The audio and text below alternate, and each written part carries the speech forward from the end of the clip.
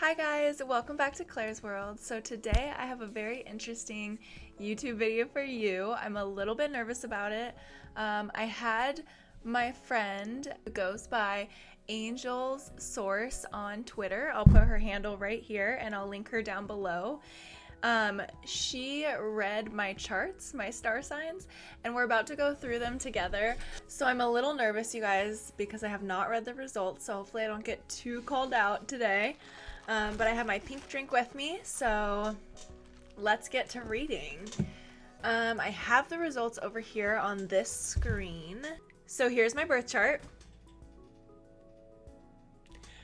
We're gonna look at the results together. She basically took this birth chart and interpreted it and gave me she wrote out what it meant.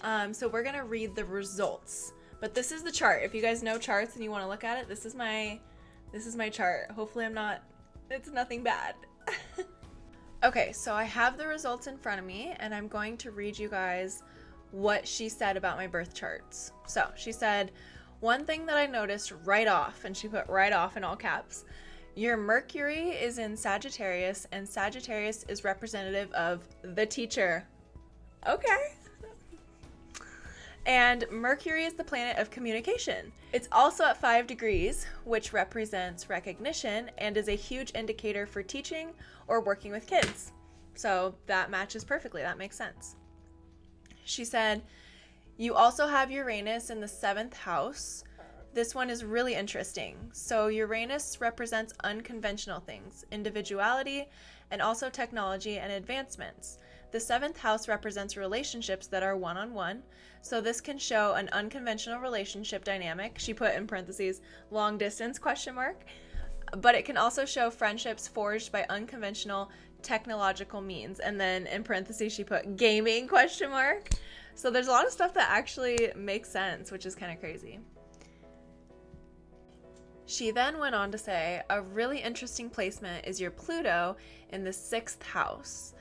The 6th house is the house of day-to-day life and tasks, work, etc. And Pluto is a planet representative of transformation, destruction, not always in a bad way, she said, and power, but also power struggles. This really shows that you might need a lot of independence and freedom in your workplace. True. And out of curiosity, do you ever find that your coworkers find you intimidating? Yeah, that's a definite possibility here too. You may also struggle with perfectionism, me, in relation to your work, and this could potentially become obsessive and be really challenging and taxing for you.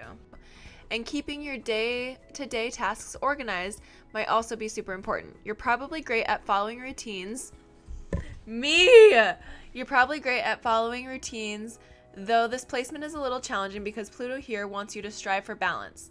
The 6th house is also representative of health.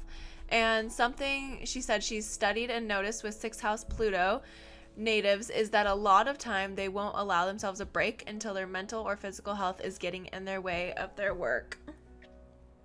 The shade.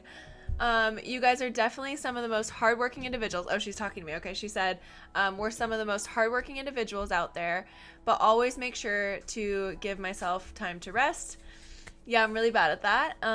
Overall, though, this is a really positive placement in terms of your work ethic, drive, and as long as you have the independence you need, that will always remain. She said she was jealous of this attribute, I guess. So I guess that means it's a good thing. She said, you also have your moon in the 3rd. The moon represents our inner mind and emotions, and the 3rd house is representative of the way we communicate. This allows you to be very open and honest with others about how you're feeling, things you've experienced, etc. This placement is known to cause anxiety issues, though. I'm getting called out hardcore. This placement is known to cause anxiety issues, though, because your mind is constantly thinking about your emotional state. That is me. Overthinking in general can be an issue here. This placement is also super sentimental, and you may find yourself holding on to things or having trouble getting rid of them. This area is also a balancing act sometimes, though. With the different energies of the house versus the moon, you may have to work on finding a balance between your emotions and your logic.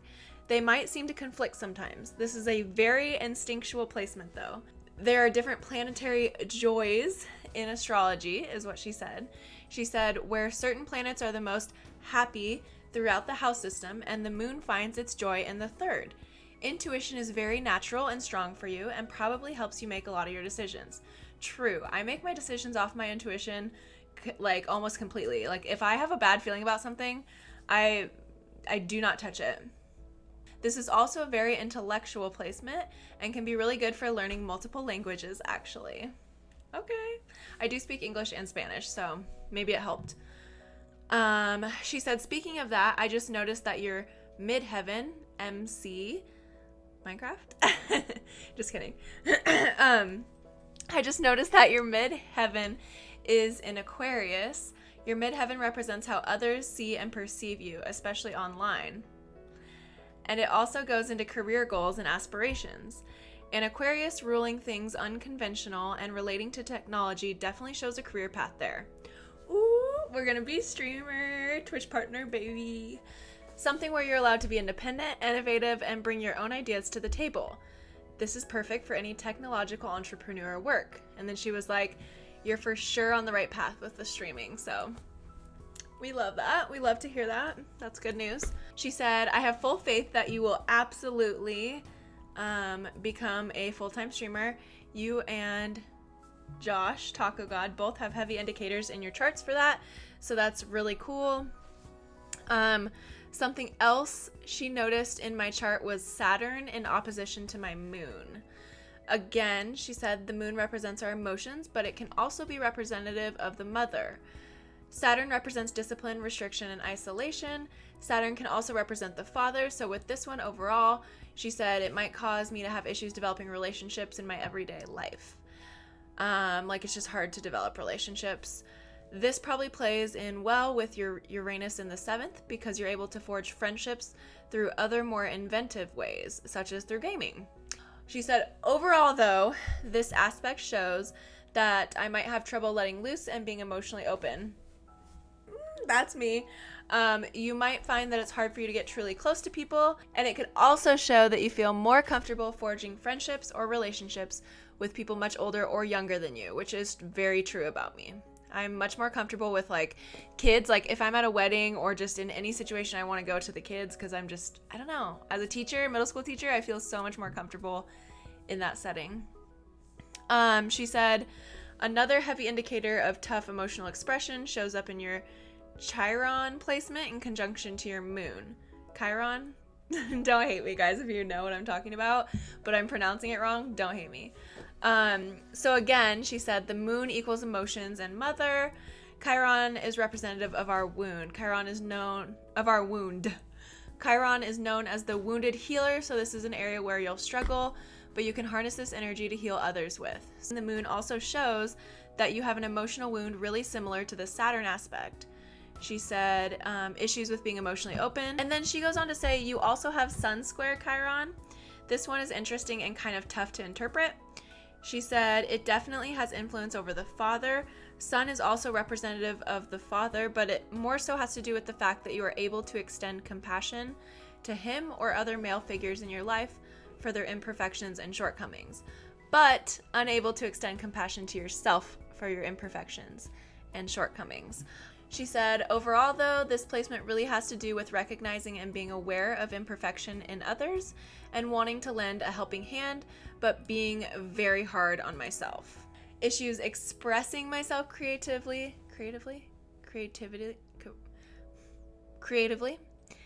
Issues with overextending myself to others. I definitely have issues overextending myself to others emotionally, just availability wise. I've been way better about that lately, but never putting yourself first or cutting yourself any slack. She said you can be extremely helpful, generous, and supportive, but this can also create issues with overextending yourself and being unable to tend to your own emotional wounds. This could even show you being delayed or pushed back in some way due to the fact that you've always had to be there for other people. Always sacrificing yourself for others and their happiness or fulfillment. A huge part of this is just establishing boundaries, as hard as it can be. Always prioritize yourself is what she said. I struggle with that. So yeah, I do need to work on always prioritizing myself. She said, but this aspect does show a very heightened intuition and feel for other people and their own emotions. She said, remember that compassion is a state of acceptance and love, not always a state of doing. So don't ever feel like you have to overextend yourself or push your plans back for other people. She said, one that is less intense and more cute is my second house, Mars. Mars deals with drive, passion, and aggression. The second house deals with our values and worth. This, first of all, shows that I'm a go-getter. Okay. Most definitely, you have a natural drive to go for the things that you want in life. And you're also very protective of those things and people. Others should never fuck with anyone that you love. She said that. This is really self-made position for Mars, and you will definitely be financially comfortable and able to achieve the things that you want to achieve. Twitch partner. Your healing others will ultimately help you heal yourself. Healing others, I like that. Your healing others will ultimately help you heal yourself. Healing others helps you validate yourself and your own wounds. This also shows a great amount of wisdom, honestly. You probably give some of the best, most logical advice to others. You guys know where to come for your advice now. She said, and you also have a sixth house stellium. So you have the Sun, Pluto, Mercury, and your North Node all in the sixth. So again, the sixth has to do with health, daily routines, our jobs, etc. And a stellium means that you have 3 or more planets in one sign or house. With this overall, I feel like you might be a workaholic. Potentially also overextending yourself in terms of your work. You may feel like you never have enough time because you stay so busy. Called out. But you may not feel good if you're not busy working on something or developing a new plan or idea or creating new content. That's me. Like, I stay super busy, but if I'm not busy, I don't feel good. Like, I need to be working towards something. It can be tough to have so much energy going on in the sixth house for sure. But as long as you can find balance and allow yourself some time to chill out, you'll of course be fine. Just make sure that you allow yourself to create freely without going until you absolutely burn yourself out. She said, make sure you help others create and plan based on a true desire, not because you feel obligated. Pretty interesting. So what do you guys think? What do you think about my results? Do you think that they sound like me? Let me know in the comments down below what you guys thought. And again, here is her @ on Twitter if you are interested. Thank you for watching, and I will see you next time.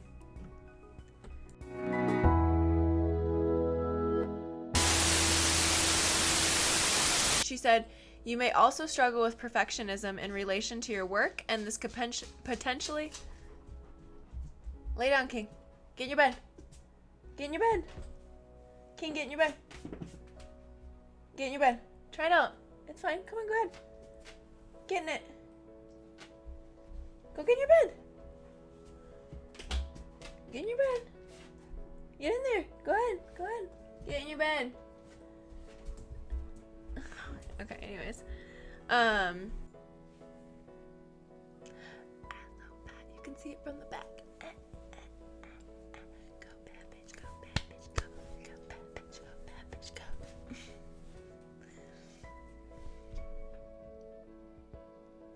Hi guys, welcome back to Claire's World.